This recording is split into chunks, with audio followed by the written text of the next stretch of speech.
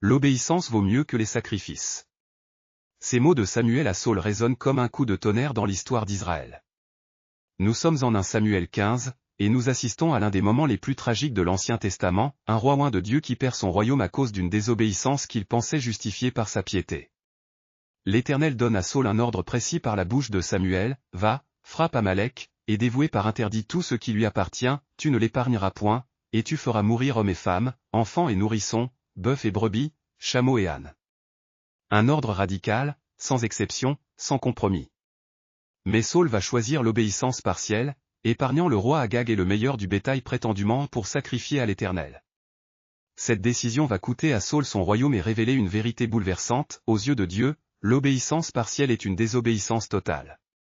Aujourd'hui, nous découvrons pourquoi cette histoire n'est pas seulement un récit historique, mais un avertissement éternel pour tous ceux qui prétendent servir Dieu tout en négociant avec ses commandements. Pour comprendre la gravité de la désobéissance de Saul, nous devons d'abord saisir le contexte historique et spirituel de cet ordre divin. L'Éternel rappelle à Saul par Samuel, « Ainsi parle l'Éternel des armées, je me souviens de ce qu'Amalek fit à Israël, lorsqu'il lui ferma le chemin à sa sortie d'Égypte. » Nous remontons à Exode 17, où Amalek attaque Israël de manière lâche, frappant les traînards, les faibles, les femmes et les enfants. Dieu déclare alors une guerre perpétuelle contre Amalek jusqu'à ce que son souvenir soit effacé de dessous les cieux. Cette guerre n'est pas seulement physique, elle est spirituelle. Amalek représente l'opposition systématique à l'œuvre de Dieu, l'attaque contre les plus vulnérables du peuple de Dieu. L'ordre donné à Saul n'est donc pas arbitraire, c'est l'exécution d'un jugement divin prononcé des siècles auparavant. Saul assemble son armée, 200 000 hommes de pied et 10 000 hommes de Juda. Il marche contre Amalek, remporte la victoire militaire, mais échoue dans l'obéissance spirituelle. Il épargne Agag et le meilleur du bétail, accomplissant l'ordre de Dieu à moitié seulement. 3 détails cruciaux de ce récit sont souvent négligés, mais ils révèlent la nature profonde de la désobéissance de Saul. Premièrement, observez la justification de Saul, il épargne le meilleur du bétail prétendument pour sacrifier à l'Éternel. Saul utilise Dieu lui-même pour justifier sa désobéissance à Dieu. C'est le comble de la manipulation religieuse. Il transforme sa rébellion en piété apparente. Deuxièmement, remarquez que c'est Samuel, le prophète âgé, qui doit achever Agag de ses propres mains. Et Samuel mit Agag en pièces devant l'Éternel, à Gilgal. La justice de Dieu ne peut être négociée ou reportée. Ce que Saul refuse d'accomplir, Dieu l'accomplit par un autre. Troisièmement, le texte nous dit que l'Éternel se repentit d'avoir établi Saul roi. Cette expression révèle quelque chose de bouleversant, la douleur divine face à la désobéissance humaine. Dieu ne change pas, mais il ressent une tristesse réelle quand ses élus le rejettent. Ces détails nous montrent que la désobéissance de Saul n'est pas une simple erreur tactique, c'est une trahison spirituelle qui blesse le cœur même de Dieu. Cette histoire marque plusieurs basculements théologiques fondamentaux qui résonnent encore aujourd'hui. Premier basculement, de l'obéissance partielle à la désobéissance totale. Saul pensait pouvoir négocier avec Dieu, garder ce qui lui semblait bon tout en prétendant obéir. Mais Dieu ne reconnaît pas l'obéissance à moitié. Jacques 2h10 l'explique clairement, car quiconque observe toute la loi, mais pêche contre un seul commandement, devient coupable de tous. L'obéissance partielle révèle un cœur qui se croit plus sage que Dieu. Deuxième basculement, de la justification religieuse au rejet divin.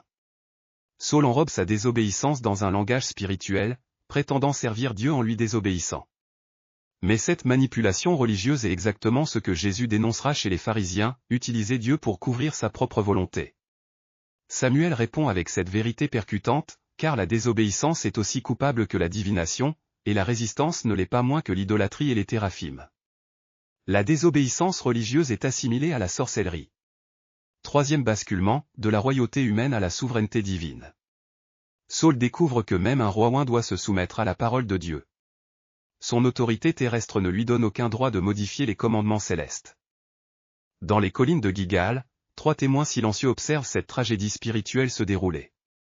Leur regard révèle ce que les hommes peinent souvent à saisir. Mes frères, regardez comme les hommes compliquent la simplicité.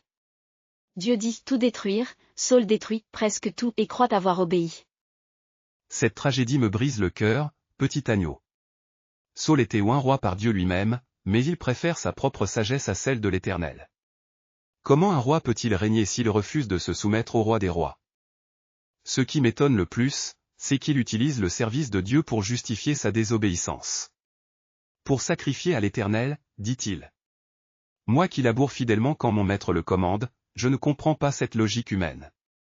Et voyez la douleur de l'Éternel. Le texte dit qu'il se repent d'avoir fait Saul roi. Même Dieu souffre quand ses élus le rejettent. Samuel doit maintenant accomplir ce que le roi refuse de faire. La justice divine ne peut être négociée. Quand l'homme faillit, Dieu trouve un autre chemin. Regardez comme la création attend encore que l'humanité comprenne, l'obéissance simple vaut mieux que tous les sacrifices compliqués. L'histoire de Saul nous interpelle directement aujourd'hui. Combien de fois négocions-nous avec les commandements de Dieu, gardant ce qui nous arrange et modifiant ce qui nous dérange? L'obéissance partielle reste notre tentation constante. Nous obéissons à Dieu dans les domaines confortables tout en gardant des zones de rébellion que nous justifions spirituellement. Peut-être obéissez-vous à Dieu dans vos finances mais pas dans vos relations. Peut-être servez-vous fidèlement à l'Église mais négligez-vous la sanctification personnelle. Peut-être prêchez-vous l'amour mais gardez-vous de l'amertume. L'avertissement de Samuel résonne pour nous, l'obéissance vaut mieux que les sacrifices. Dieu préfère un cœur obéissant à tous nos services religieux. Il préfère notre soumission simple à nos justifications complexes. Cette histoire nous appelle aussi à examiner nos motivations. Saul prétendait servir Dieu en lui désobéissant. Combien de nos actions spirituelles cachent-elles notre propre volonté? Combien de fois utilisons-nous le nom de Dieu pour couvrir nos compromis? L'intercession devient cruciale ici. Comme Exode 17h16 nous le rappelle, nous sommes dans une guerre spirituelle constante contre tout ce qu'Amalek représente, l'opposition à l'œuvre de Dieu, l'attaque contre les faibles, la rébellion systématique contre sa volonté. Prions ensemble, en nous souvenant que Dieu cherche des cœurs obéissants, pas des services compliqués. Père Céleste, l'histoire de Saul nous révèle la laideur de nos propres compromis. Nous confessons que trop souvent, nous négocions avec tes commandements, gardant ce qui nous arrange et modifiant ce qui nous dérange. Pardonne-nous d'avoir utilisé ton nom pour justifier notre désobéissance. Pardonne-nous d'avoir préféré nos sacrifices à notre obéissance. Seigneur, crée en nous un cœur simple qui préfère ta volonté à sa propre sagesse. Aide-nous à obéir complètement, pas partiellement. Quand nous sommes tentés de négocier avec ta parole, rappelle-nous les paroles de Samuel, l'obéissance vaut mieux que les sacrifices. Utilise-nous comme des instruments de ta justice et de ta miséricorde. Et dans cette guerre spirituelle constante contre tout ce qu'Amalek représente, fortifie-nous par ta grâce. Que nos vies témoignent qu'il n'y a rien de meilleur que de marcher dans tes voies, simplement, fidèlement, complètement. Au nom de Jésus, l'obéissant parfait, Amen. Que l'Éternel nous accorde des cœurs comme celui de David, qui vient bientôt dans notre série, un homme selon le cœur de Dieu, pas parfait, mais authentiquement repentant. Souvenez-vous, l'obéissance vaut mieux que les sacrifices. À bientôt pour la suite de notre voyage de la Genèse à l'Apocalypse. Abonnez-vous pour plus de contenu d'études bibliques.